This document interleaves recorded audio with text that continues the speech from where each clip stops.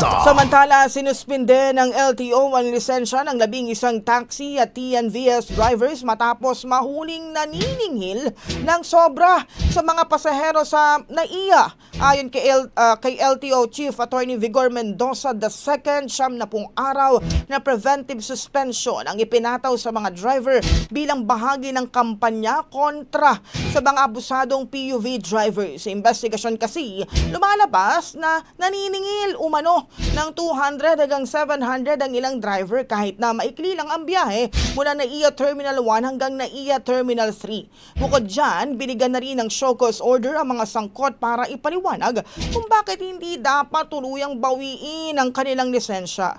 Patuloy naman ang hiwalay na aksyon ng LTFRB kaugnay sa kanilang prangkisa. Ang bahaging ito ay hatid sa atin ng Maxan Mangosteen Santon Coffee. Max Healthy, Max Sarap.